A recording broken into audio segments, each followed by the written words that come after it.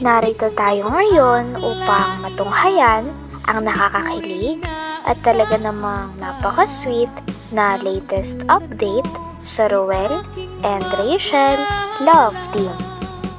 Oh, my angel, angel, baby, angel. Mr. Cupido, ako na may tulungan mo. Ikaw nga ba si Mr. Right? Ikaw nga ba love of my life? Bakit di na lang tutuhanin ang lahat? Sa pagpapatuloy ng ating istorya ay magkasama nga noon si Kuya Ruel and Miss Rachel. Sila ay nasa mall. Naisipan din nila na mag-live nang sa ganon ay makakwentuhan ang kanilang mga fans. Kinakausap nga sila ng kanilang mga fans at nagtatanong din sa kanila ng mga gusto nilang malaman. May nagtanong naman kung madali daw ba makipag-close si Miss Rachel sa iba. Sabi naman ni Miss Rachel ay hindi daw, sapagkat sinisigurado niya muna ang isang tao ay talagang katiwa-tiwala bago niya ito i-close at gawing kaibigan, sapagkat nag-iingat lang din daw siya. Pagkatapos naman ito ay may nagtanong kung love at first sight na daw ba sila sa isa't isa. Sabi naman ni Kuya Ruel ay aaminin niya daw. Nung unang kita daw nila at naka-red jacket siya ay talagang na love at first sight siya kay Miss Rachel, sapagkat napakaganda naman daw talaga ni Miss Rachel. Pagtapos naman ito ay may nagtanong din kay Miss Rachel kung ano daw ba ang epekto kapag may crush ka o may nagugustuhan at mahal ka. Sabi naman ni Miss Rachel ay gaganahan daw talaga siya sa gawaing bahay katulad ng paglilinis, pagluluto, pagsasaing at paghuhugas. Yun nga lang, kapag nalaman mo na hindi ka daw gusto ng crush mo ay syempre ma-heartbroken ka. Kaya tawang-tawa naman si Kuya Ruel sa mga sinasabi ni Miss Rachel. May nagtanong din kung mababago daw ba nila ang past ay babaguhin daw ba nila?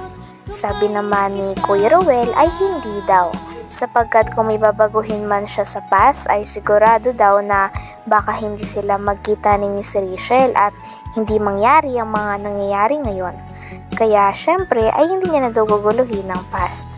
Tinanong din nila si Miss Rachel kung babaguhin daw ba nito ang past kung may pagkakataon daw. Sabi naman ni Miss Rachel ay hindi din, sapagkat masaya daw siya sa nangyayari sa kanyang buhay at kontento na daw siya sa plano ni Lord sa kanya.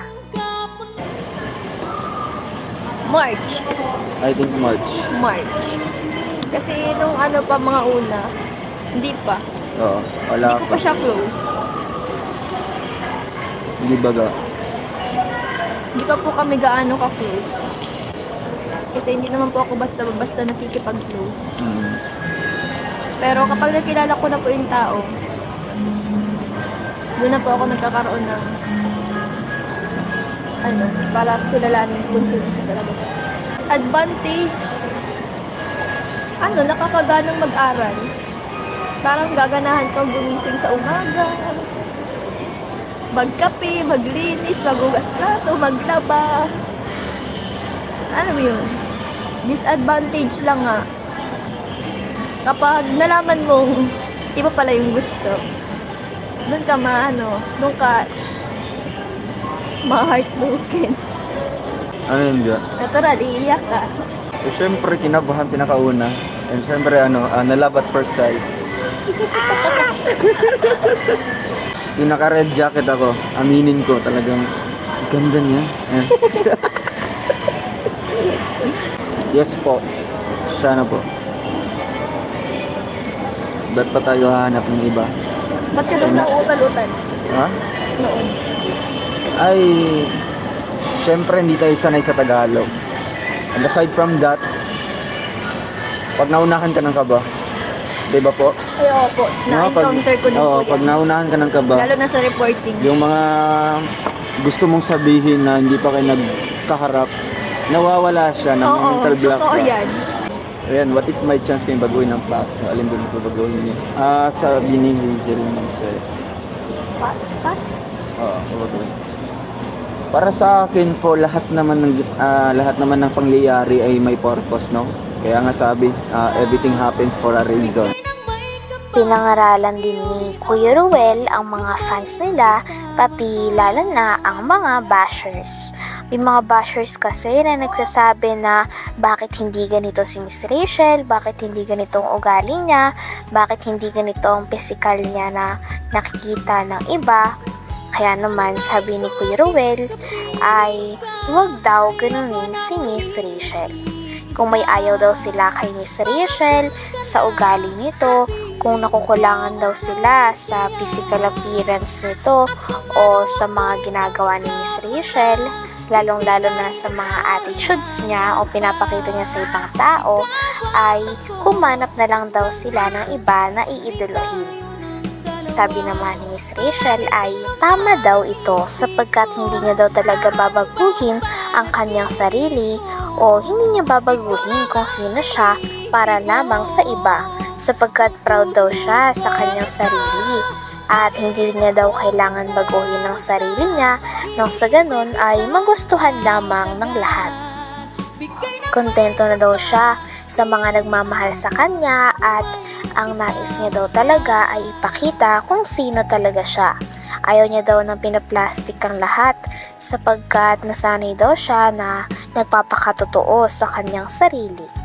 Kaya sabi naman ni Kuya Ruel ay kung may ayaw daw talaga sila kay Miss Rachel ay pwede naman silang mag-idol ng iba.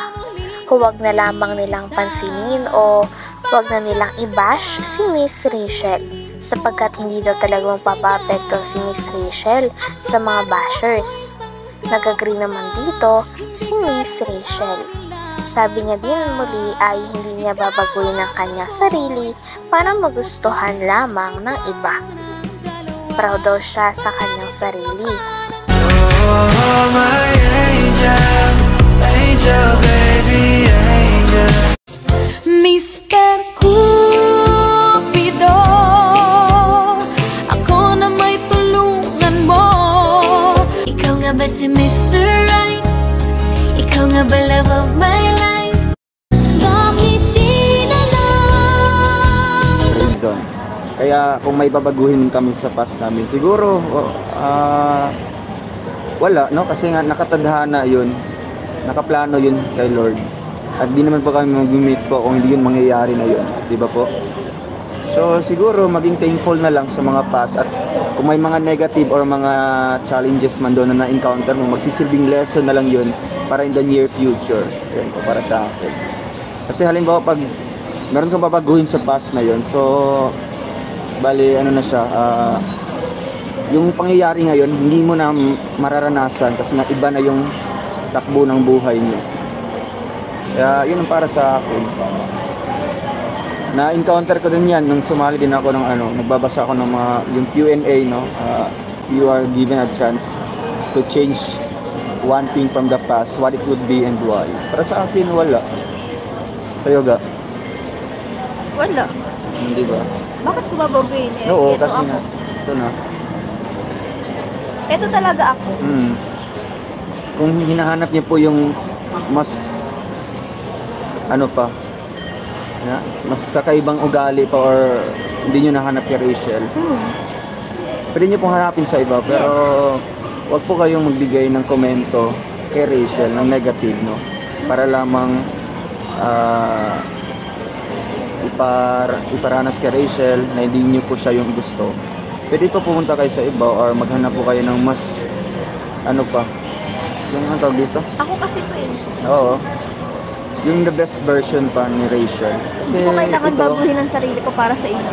Naniwala ba kayo sa love? Silonggo. Oo.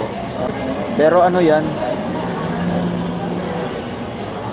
Depende yan, no? Depende yan sa tao.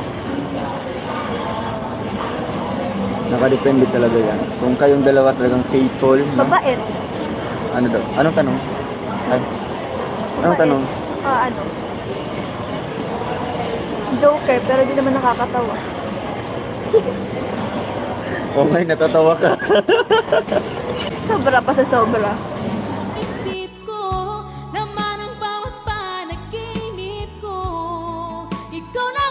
Hanggang dito na lamang muna ang ating nakakakilig at talaga namang napaka-sweet na latest update sa Ruel and Rachel Love Team. Maraming salamat sa inyong panonood. Hanggang sa muli. Bye!